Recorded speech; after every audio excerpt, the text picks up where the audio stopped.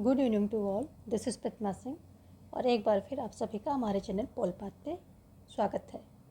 यहाँ पर हम फिर कुछ प्रश्नों को लेकर उपस्थित हुए हैं और आप सभी आंसर करेंगे। आंसर करने से फिक्सेशन होता है, प्लस आपको यह ज्ञात होना चाहिए कि मैं इस चैनल पे फुल कोर्स यानी कि पॉलिटिकल साइंस का फुल कोर्स पीजीटी टीजीटी के लिए देती हूँ। तो यदि आप पॉलिटिकल साइंस से रिलेटेड कोई भी तैयारी कर रहे हैं तो आप हमें ज्वाइन कर सकते हैं। और टेलीग्राम पे फॉलो करने के लिए आप ओनली पोल पाथ पे यदि सर्च करेंगे तो इस नाम से टेलीग्राम बना हुआ है, आप हमें फॉलो कर सकेंगे। प्लस डिस्क्रिप्शन में लिंक भी दी गई है, आप उससे भी हमें फॉलो कर सकते हैं। और डिस्क्रिप्शन में सारी प्लेलिस्ट लगी हुई हैं, वेरी बेनिफिशियल हैं, तो उनसे आप उन वीडियोस को अवेल करके अपनी तैयारी को मजबूत बना सकते हैं, अपनी तैयारी पूरी कर सकते हैं। तो चलिए देखेंगे यहाँ पर हम आज का पहला क्वेश्चन। हम कंटिन्यूएशन में चल रहे हैं, यानी कि कल हमने जहाँ तक किया था उसके आगे हम कर रहे हैं। तो 25वां क्वेश्चन क्या कह रहा है कि उस सैनिक कूटनीतिज्ञ का नाम बताइए जिसने बताया है कि तमाम युद्ध धोखे पर आधारित हैं, अति सूक्ष्मता एवं गुप्तता को दिव्य कला के रूप में उसकी प्रशंसा की है। तो ये क्लाज़विट्ज़ हैं या कौटिल्य हैं या संजू हैं या मैकियावली हैं? यहाँ पर कौन है? ऑप्शन जो है आपको आंसर देना है, राइट आंसर फटाफट आ जाना चाहिए। यहाँ पर जो है ऑप्शन सी सही हो रहा है, संजू। यदि हम संजू की बात करें तो ईसा पूर्व 6वीं शताब्दी के सैनिक रणनीतिकार थे और दार्शनिक भी थे। इन्होंने ही बोला था कि तमाम युद्ध धोखे पर आधारित हैं, लेकिन इन्होंने सूक्ष्मता एवं गुप्तता को दिव्य कला के रूप में उसकी प्रशंसा की है, उसको फॉलो करने की बात की है।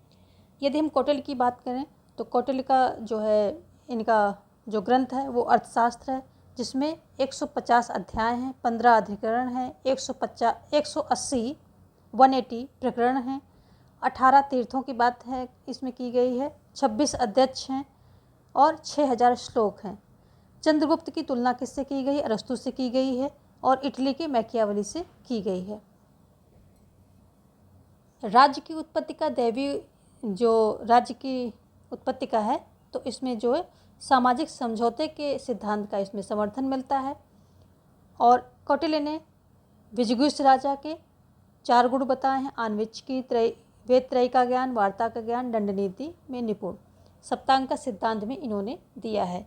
मैकियावली की बात हम करें तो द प्रिंस इनकी पुस्तक है। व्याघ्र नीति, जो व्याघ्र लोमड़ी नीति की बात ये करते हैं। देखेंगे नेक्स्ट क्वेश्चन।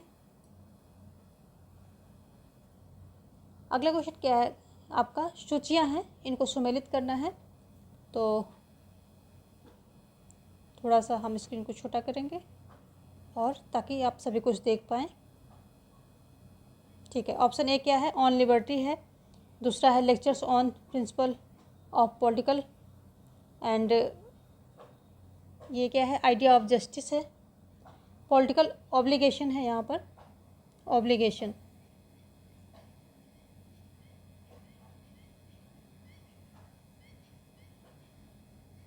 ये फुल नेम हो गया। तीसरा है आइडिया ऑफ जस्टिस। चौथा है एनार्की स्टेट एंड यूटोपिया। तो एनार्की स्टेट एंड यूटोपिया जो है किससे संबंधित है? रॉबर्ट नॉजिक से संबंधित है। आइडिया ऑफ जस्टिस किससे है? फर्स्ट हो जाएगा, अमर्त्य सेन से संबंधित है, फर्स्ट आ जाएगा यहाँ पर। और जो lectures on principle of political obligation है, ये TH ग्रीन से संबंधित हो जाएगी। और ऑन लिबर्टी जो है मिल से संबंधित है, तो यहाँ पर हम 4 कर देंगे। यहाँ पर आ जाएगा 4213, ऑप्शन बी यहाँ पर सही हो जाएगा। देखेंगे नेक्स्ट क्वेश्चन। अगला क्वेश्चन क्या कह रहा है कि न्यासिता सिद्धांत से तात्पर्य है किससे है? संपत्ति चोरी है, उत्पादन के साधनों पर राज्य का स्वामित्व, निजी संपत्ति का अंत, धन की समाज को धरोहर समझना। तो जो न्यासिता सिद्धांत का तात्पर्य है तो यही है, धन को समाज की धरोहर समझना। संपत्ति की चोरी जो है प्रोधो से संबंधित है, और प्रोधो कहते हैं कि जो है समस्त संपत्ति चोरी है और जो संपत्ति धारक हैं वो चोर हैं, ऐसा ये बताते हैं। और उत्पादन के साधनों पर राज्य का स्वामित्व हो, ऐसा समाजवादी मानते हैं। नेक्स्ट क्या है कि हॉब्स के व्यक्तिवादी कहा गया। क्यों कहा गया हॉब्स को व्यक्तिवादी? वह व्यक्ति को नैसर्गिक अधिकार प्रदान करता है, वह सार्वभौमिक सत्ता के विरुद्ध विद्रोह का अधिकार देता है। उसके राजा की जनता द्वारा असीमित शक्तियाँ दी गई हैं और उसका संपूर्ण दर्शन राज्य में व्यक्ति की सुरक्षा पर केंद्रित है। तो यहाँ पर जो है ऑप्शन डी सही हो जाता है। हॉब्स ने जो है अपने राजा को संपूर्ण शक्तियाँ दी हैं, लेकिन एक बात पे उसको रिस्ट्रिक्ट कर दिया है कि यदि व्यक्ति की वो सुरक्षा नहीं कर सकता है या उसके प्राण लेना शुरू कर देता है तो यहाँ पर उसको जो जनता है उसको चेंज कर सकती है, उसके जो है विरुद्ध विद्रोह कर सकती है, क्योंकि सामाजिक समझौते का सिद्धांत आत्मरक्षा का अधिकार देता है। और यहीं से जो ये बात इसने कर दी, इस प्रकार का अधिकार दे करके इस हाउस ने क्या किया, अपने जो है व्यक्तियों को कुछ अधिकार दिए हैं और इसीलिए ये व्यक्तिवादी यहीं से कहा गया। बाकी तो उसने व्यक्तियों के सब कुछ राजा को सारे अधिकार दिए हैं, कोई उसके विरुद्ध विरोध नहीं कर सकता है, कोई उसकी आज्ञा को अवहेलना नहीं कर सकता है, लेकिन एक अधिकार दे करके ये व्यक्तिवादी बन जाता है। इनकी पुस्तक लिवायथन है और ये लिवायथन में ही कहते हैं कि मैं और मेरा भय दोनों जुड़वा भाई हैं, ऐसा ये कहते हैं। देखेंगे हम नेक्स्ट क्वेश्चन। अगला क्वेश्चन कह रहा है निम्नलिखित में कौन सा एक उदारवादी विचारक है? जेस मिल है, थॉमस मूर है, जॉर्ज सोरेल है या ए.आर. ओरेज हैं। यहाँ पर जो है ऑप्शन ए सही हो जाएगा, जेस मिल। थॉमस मूर काल्पनिक समाजवादी हैं और यूटोपिया इनकी पुस्तक है। यूटोपिया इनकी जो है पुस्तक का नाम है। जॉर्ज सोरेल की बात करें तो ये क्या है?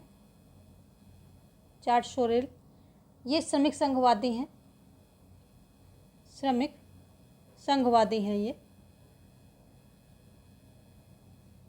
यदि हम बात करें ए.आर. ओरेज की तो ये बहुलवादी हैं, बहुलवादी हैं ये, ठीक है। और ये जो थॉमस मूर है काल्पनिक समाजवादी हैं और काल्पनिक समाजवाद के जनक कौन है? रॉबर्ट ओवन हैं। यहाँ पर ए ऑप्शन सही हो जाएगा। देखेंगे हम नेक्स्ट क्वेश्चन। नेक्स्ट क्वेश्चन फिर आपके पास सूचियाँ हैं और कुछ इधर विचारक हैं और उनके विचार हैं, यानी कि कुछ उनके महत्वपूर्ण कथन कह लीजिए आप, वो हैं। ऑप्शन है राज्य सकारात्मक विधि की व्यवस्था है, राज्य आत्म उपलब्धि और आत्म सिद्धि का प्रत्यय है, राज्य एक नैतिक प्रत्यय है और राज्य बल का उत्पाद है। तो इन सभी को मैच करना है। देख लेते हैं। राज्य जो है आत्म उपलब्धि और आत्म सिद्धि का प्रत्यय है, ये प्रसिद्ध है तो इसको सबसे पहले मैच कर लेंगे, हेगल का हो जाएगा। राज्य नैतिक प्रत्यय है तो ये किससे हो जाएगा? ये बोशांके से हो जाएगा। राज्य बल का उत्पाद है, ये किससे हो जाएगा? तो ये ओपनहाइमर हो जाएंगे, जो राज्य के शक्ति का सिद्धांत इन्हीं से संबंधित है। और राज्य सकारात्मक विधि की व्यवस्था है तो ये केल्सन से हो जाएगा। हमारा ऑप्शन क्या है? 4-3-1-2 4-3-1-2 ऑप्शन ए यहाँ पर सही हो जाएगा। अगला क्वेश्चन क्या कह रहा है कि कौन इस विचार का अग्रणी है कि वितरणात्मक समानता को लोगों के सामर्थ्य समान करने से संबंधित होना चाहिए? माइकल हैं, जॉन रॉल्स हैं, डोनाल्ड डॉर्किन हैं या फिर अमर्त्य सेन है? आंसर कीजिए फटाफट, आपका आंसर जल्दी से आ जाना चाहिए। क्वेश्चन इजी है तो यहाँ पर जो है ऑप्शन डी सही हो जाएगा, अमर्त्य सेन। कई लोगों ने है जॉन रॉल्स मन में सोचा होगा, लेकिन जॉन रॉल्स यहाँ पे नहीं होंगे, यहाँ अमर्त्य सेन होंगे। और अमर्त्य सेन की पुस्तक की यदि बात करें तो ये अमर्त्य सेन क्या है? नोबेल पुरस्कार विजेता हैं और उनकी पुस्तक क्या है? आइडिया ऑफ जस्टिस इनकी पुस्तक है, idea of justice. Idea of justice इनकी जो है पुस्तक है। और जॉन रॉल्स की पुस्तक क्या है? ए theory of justice. A theory of justice जो है इनकी पुस्तक है। जॉन रॉल्स जो है वितरणात्मक न्याय की बात करते हैं, ठीक है। और इनका न्याय, जॉन रॉल्स का न्याय क्या है? विशुद्ध प्रक्रियात्मक न्याय कहलाता है। चलिए देखेंगे नेक्स्ट क्वेश्चन। अगला क्वेश्चन क्या है? फिर इसमें आपके पास सूची है और इसको मिलाना है, सूचियों को सुमेलित करना है, कोड की सहायता से आंसर करना है। ये मार्टिन केप्लॉन हैं, गुंडर फ्रैंक हैं, मार्गेनथाउ हैं और गोर्बाचेव हैं। तो इसमें जो है, इसके सामने जो है गोर्बाचेव किससे संबंधित हो जाएंगे? पेरेस्ट्रोइका, ग्लासनोस्ट, इससे संबंधित हो जाएंगे। और यदि बात करें मार्गेनथाउ तो ये यथार्थवाद से संबंधित हो जाएंगे। और यदि हम बात करें गुंडर फ्रैंक की तो पराश्रयता का सिद्धांत, ये इनसे संबंधित हो जाएगा। यदि मार्टिन कापलान की बात करें हम, मार्टिन कापलान, तो ये हो जाएंगे व्यवस्था सिद्धांत से संबंधित हो जाएंगे। हमारा आएगा आंसर थर्ड, फोर्थ, 2 और 1, थर्ड, फोर्थ, 2, 1, ऑप्शन ए यहाँ पर सही हो जाएगा। यहाँ पर जो गोर्बाचेव ने नीति अपनाई थी, सुधार प्रक्रिया की नीति, इसमें 2 वर्ड बहुत इंपॉर्टेंट है। ग्लासनोस्ट का मतलब होता है खुलापन, और पेरेस्ट्रोइका का मतलब क्या होता है? पुनः संरचना। इसका मतलब क्या होता है? पुनः संरचना। ये दोनों ध्यान रखेंगे। और यदि हम मार्टिन कापलान की बात करें, मार्टिन कापलान ने जो 2 ध्रुवीय व्यवस्था है, इसके 2 रूप बताए हैं, शिथिल 2 ध्रुवीय व्यवस्था और दृढ़ 2 ध्रुवीय व्यवस्था। ये 2 चीज़ें बताई हैं मार्टिन कापलान ने। इनकी कौन सी हैं? 2 शिथिल, एक है शिथिल 2 ध्रुवीय व्यवस्था और दूसरा है दृढ़ 2 ध्रुवीय व्यवस्था। 2 व्यवस्था की इन्होंने बात की है। यदि हम गुंडर फ्रैंक की बात करें तो ये पराश्रयता के सिद्धांत से संबंधित हैं। यदि गुंडर फ्रैंक की जगह समीर अमीन आ जाता है तब भी ये सही होगा। समीर अमीन और गुंडर फ्रैंक ये पराश्रयता सिद्धांत के मान्यताकारों में से प्रमुख सिद्धांतकार हैं ये, ठीक है। और इन्होंने बोला है तीसरी दुनिया के देश अविकसित हैं, अल्प विकसित नहीं। मतलब ये इन्होंने बोला है कि तीसरी दुनिया के देश जो हैं अविकसित नहीं हैं, ये अल्प विकसित हैं। उल्टा बोल गई, उसके लिए सॉरी। तो इन्होंने बोला है, फिर से सुन लें, जो तीसरी दुनिया के देश क्या हैं? अविकसित नहीं हैं, बल्कि ये अल्प विकसित हैं। चलिए देखेंगे। ये मार्गेनथाउ को अंतर्राष्ट्रीय संबंधों का पोप कहा जाता है। चलिए देखेंगे हम नेक्स्ट क्वेश्चन यहाँ से आगे। नेक्स्ट क्वेश्चन क्या है? मार्क्सवादी सिद्धांत के अनुसार प्राचीन काल में कौन सी व्यवस्था स्थापित थी? मार्क्सवादी सिद्धांत के अनुसार आंगिक थी, या डार्विन व्यवस्था थी, या जैन व्यवस्था थी, या जैविक व्यवस्था थी?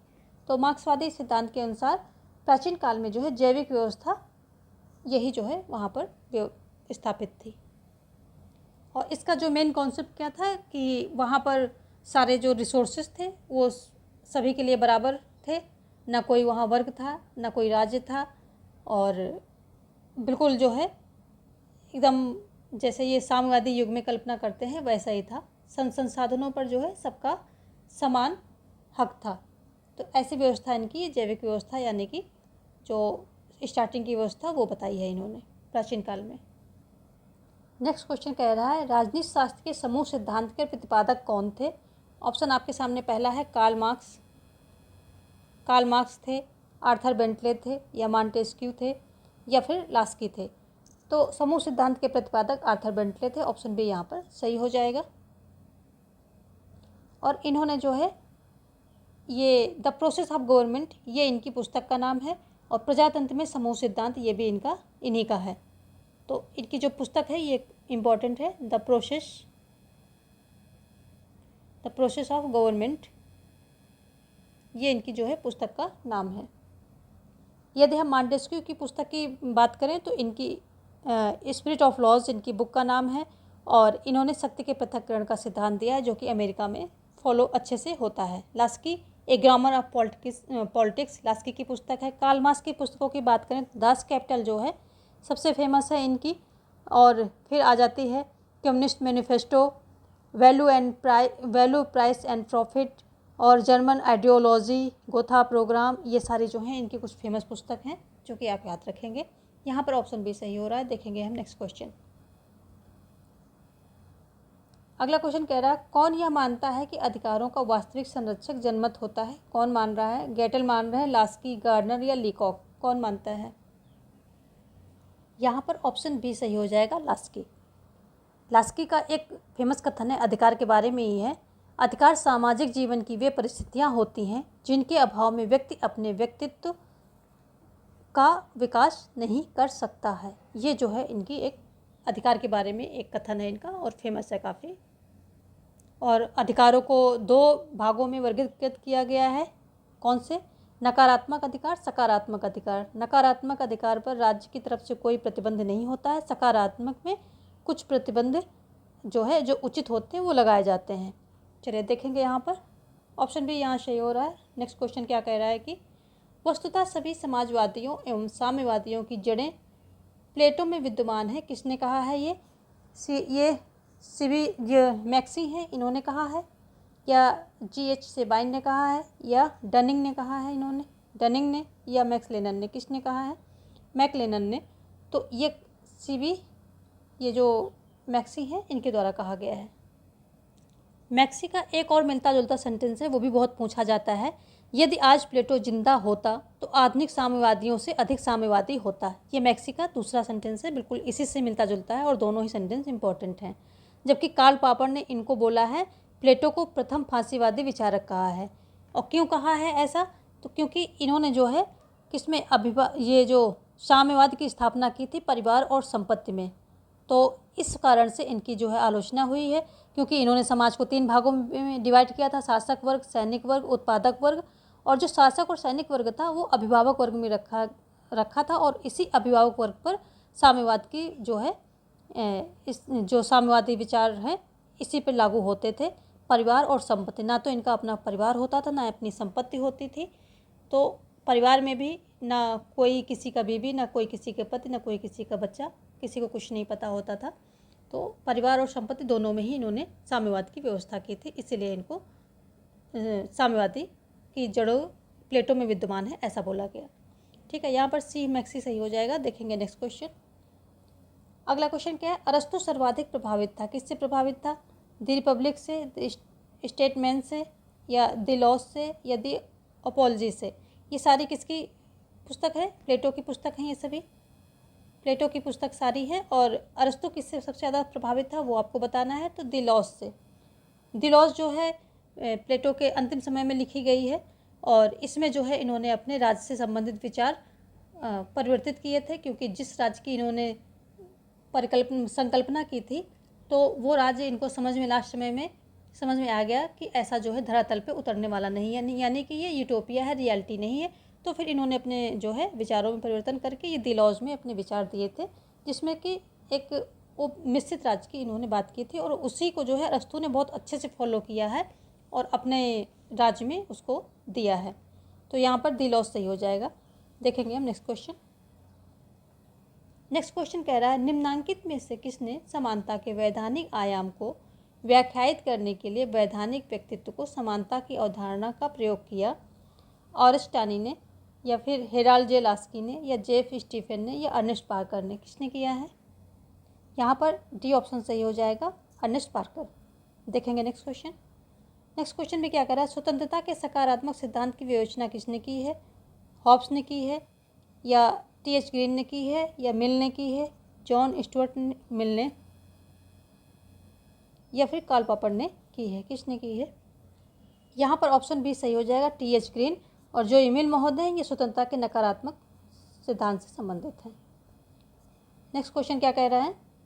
निम्न में से किसने ब्रिटिश फेबियनवाद तथा फ्रांसीसी श्रमिक संघवाद का बौद्धिक सूत्र कहा गया है? तो किसको जो है ब्रिटिश फेबियनवाद तथा फ्रांसीसी श्रमिक संघवाद का बौद्धिक शिष्य बोला गया है?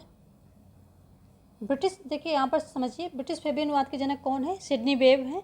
और ये जो विचारधारा है ये क्या मानती है कि राज्य को एक सरकारी कॉमनवेल्थ के रूप में स्थापित करना चाहते हैं, यानी कि जो राज्य का जो है एक प्रकार से उद्योगों का राष्ट्रीयकरण करना चाहती है और राज्य जो धन है इस सार्वजनिक इस पे स्वामित्व किसका हो? राज्य का हो, और ताकि सभी लोगों को इसका लाभ मिल सके। जबकि फ्रांसीसी श्रमिक संघवाद क्या कहते हैं? ये मानते हैं कि जो है ये पुनः मार्क्सवाद की ओर लौटना चाहते हैं। मार्क्सवाद आप लोग समझते हैं, ये पुनः जो है मार्क्सवाद की ओर लौटना चाहते हैं। और जो फ्रांसीसी श्रमिक संघवाद है इसके जनक कौन है? तो इसके जनक हैं जॉर्ज सोरेल। देखिए यहाँ पर एक चीज़ और रिलेट कीजिए कि ये श्रेणी समाजवाद है, ये क्या करता है? फेबियनवाद है, ये उपभोक्ता पर अधिक बल देता है और श्रमिक संघवाद किस पर? उत्पादकता पर अधिक बल देता है। और इन दोनों के बीच का श्रेणी समाजवाद उपभोक्ता एवं उत्पादकता दोनों पर बल देता है। तो यहाँ पर ऑप्शन आपका सी हो जाएगा। और श्रेणी समाजवाद के जनक कौन है? GDH घोल हैं। व्यवसायिक प्रतिनिधित्व का जनक इनको कहा जाता है। ठीक है। सेल्फ गवर्नमेंट यानी कि स्वशासन इनकी पुस्तक है। आर्थिक संसद और जो राजनीतिक संसद दोनों की इन्होंने वकालत की है। चलिए देखेंगे नेक्स्ट क्वेश्चन। अगला क्वेश्चन क्या कह रहा है? क्षेत्रीय सदस्यता एवं सामान्य उद्देश्य के साथ अंतःशासकीय संगठन का उदाहरण निम्नलिखित में कौन से हैं? UNO है या WHO है या ANTO नाटो है या ASSRC यानी कि सार्क है। कौन सा है? तो यहाँ पर ऑप्शन जो है आपका डी सही हो जाएगा, सार्क। ठीक है, देखेंगे नेक्स्ट क्वेश्चन। नेक्स्ट क्वेश्चन है नव प्रत्ययवाद का प्रतिपादक कौन नहीं है? ऑप्शन है TH ग्रीन, बोसांके, कांट, ब्रेंडले। तो यहाँ पर ऑप्शन सी कांट हो जाएगा। नेक्स्ट क्वेश्चन क्या कह रहा है? कौन इस विचार का समर्थन करता है कि एक प्रजातांत्रिक व्यवस्था को अपने भीतर विभिन्नता का प्रतिनिधि होना चाहिए? विम किमलिका, लास्पेल, मैकफर्सन या हैबरमास। कौन कहता है? तो यहाँ पर भी आपका ऑप्शन जो है सही होगा, ए विम किमलिका। ये बहुसंस्कृतवादी हैं और ये मानती हैं कि जो है एक लोकतांत्रिक राज्य में सभी जो वर्ग हैं उनका सभी का प्रतिनिधित्व होना चाहिए ताकि सभी के हितों की रक्षा हो सके, सभी के हितों को फुलफिल किया जा सके। ठीक है, देखेंगे नेक्स्ट क्वेश्चन। अगला क्वेश्चन क्या कह रहा है? किस देश में प्रत्यक्ष प्रजातंत्र है? भारत, संयुक्त राज्य अमेरिका, ब्रिटेन, स्विट्जरलैंड। यहाँ पर आपका ऑप्शन जो है डी सही हो जाएगा, स्विट्जरलैंड। स्विट्जरलैंड की जो ये संघीय परिषद की प्रमुख विशेषताओं में सबसे मेन विशेषता है इसकी बहुल कार्यपालिका। और इसमें जो है ये एक व्यक्ति, इसकी शक्तियाँ जो है कार्यपालिका की शक्तियाँ एक व्यक्ति में ना होकर के 7 व्यक्तियों की एक समिति होती उसमें निहित होती है और जिसके सभी सदस्यों की शक्तियाँ समान होती हैं। तो इस प्रकार ये जो कार्यपालिका है यहाँ की स्विट्जरलैंड की कार्यपालिका एक अनोखी कार्यपालिका है, इसमें अपना अलग स्थान रखती है। और यहाँ पर दूसरी विशेषता है प्रधानमंत्री का भाव होता है। फिर क्या होता है? संस्थात्मक तथा अध्यक्षात्मक प्रणाली का सम्मिश्रण है, ये भी ध्यान रखेंगे। और राष्ट्रपति के नियंत्रण का अभाव होता है, यानी कि राष्ट्रपति जो है उसको राष्ट्रपति कह लें या अध्यक्ष कह लें, वैसे वो अध्यक्ष होता है, सिर्फ वर्ल्ड लेवल पे दिखाने के लिए राष्ट्रपति होता है, अदरवाइज उसकी कोई अतिरिक्त शक्तियाँ नहीं होती हैं। डिसीजन मेकिंग जो है सातों के साथ ही होता है, मिलकर के साथ देते हैं और वो ना तो किसी की नियुक्त करवा सकता है और ना ही किसी को पद से हटा सकता है। तो ये कुछ खास विशेषताएं तो काफ़ी सारी हैं पर ये कुछ खास विशेषताएं हैं। तो यहाँ पर जो है 7 बहुल कार्यपालिका है इसकी, ये इसकी खास विशेषता है। बहुल कार्यपालिका ये होती है 7 सदस्यों की ये समिति होती है। ठीक है, समिति होती है और इसमें जो है शक्तियाँ सभी के पास बराबर होती हैं। एक अध्यक्ष होता है, तो ये वर्ल्ड पटल पे दिखाने के लिए, विश्व पटल पे दिखाने के लिए ये राष्ट्रपति होता है, बट इसकी कोई अन्यथा शक्तियाँ नहीं होती, अलग शक्तियाँ नहीं होती हैं। यहाँ पर ऑप्शन डी सही हो जाएगा। देखेंगे यहाँ पर ब्रिटेन में क्या है? संसदात्मक शासन है। भारत में भी संसदात्मक शासन है। संयुक्त राज्य अमेरिका में अध्यक्षात्मक शासन को फॉलो किया जाता है। देखेंगे नेक्स्ट क्वेश्चन। अगला क्वेश्चन क्या कह रहा है कि दिए गए चिंतकों में से किन लोगों ने राज्य को शक्ति के रूप में परिभाषित किया है? शक्ति के रूप में परिभाषित करने वाले जो ये विचारक हैं, चिंतक हैं, इनको बताना है। मैकियावेली हैं, ग्रीन हैं, नीत्शे हैं, केटलिन हैं। तो किसने किया है? यहाँ पर ऑप्शन ए, सी तथा डी, यानी कि मैकियावेली, नीत्शे और कौन है? केटलिन। ये सही हो जाएगा आपका। तो ये 1, 3 और 4 ऑप्शन डी यहाँ पर सही हो जाएगा। ग्रीन का एक फेमस कथन है, राज्य का कार्य है बाधाओं को बाधित करना। आज का सेशन हम यहीं पर स्टॉप करेंगे। Thanks for watching, have a nice day.